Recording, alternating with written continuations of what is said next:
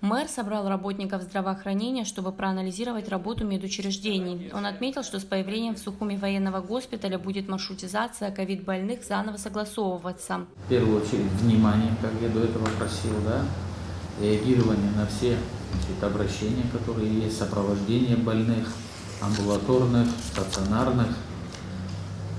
Сейчас с появлением госпиталя в городе, наверное, будет пересогласовываться маршрутизация. Да? Вот.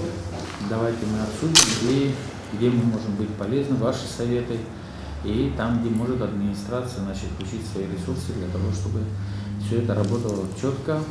Начальник управления здравоохранения администрации города Сухуми Ирма Воба отчиталась о состоянии работы медучреждений столицы, которые принимают ковид-больных. Она также отметила, что амбулаторная часть работает без проблем. Участковые врачи контролируют пациентов, несмотря на то, что нагрузка очень большая. Обеспечение у нас полное.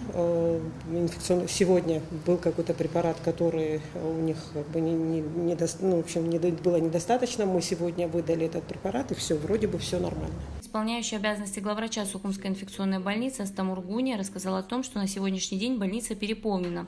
32 больных находятся на лечении. 2 тяжелых из них будут переводить в Гудаутский госпиталь, но есть еще пациенты на госпитализацию. Больница не испытывает нехватки препаратов, но существуют проблемы со средним медперсоналом. После перевода у нас будет 30 больных, но на очереди еще несколько на госпитализацию, так что у нас постоянно полное отделение.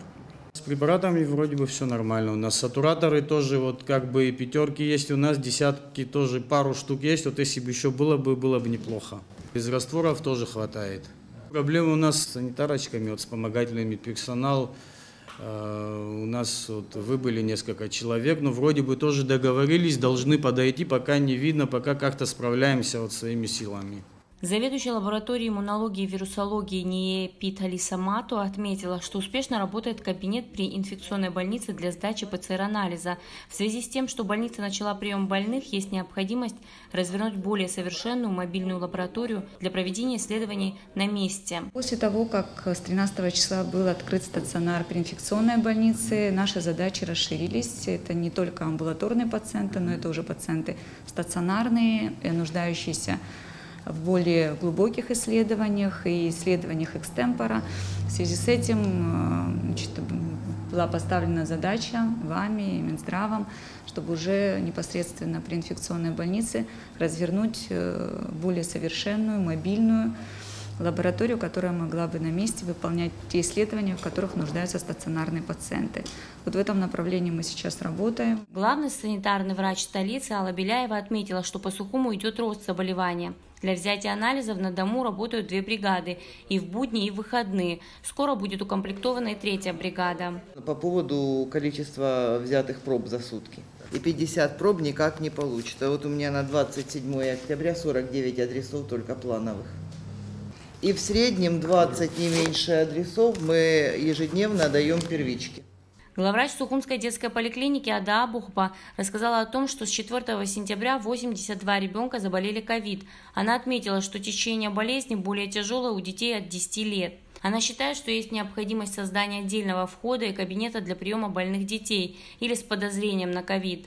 Есть такое предложение открыть отдельный кабинет, совершенно изолированный, с отдельным входом, там посадить доктора в костюме специальном, проводить там прием родителей с детьми больными, потому как поступают такие пожелания и со стороны родителей тоже, им приходится метаться от одного доктора к другому. Мэр отметил, что детям нужно уделять особое внимание. Он предложил в этой же поликлинике брать у детей анализы на ковид.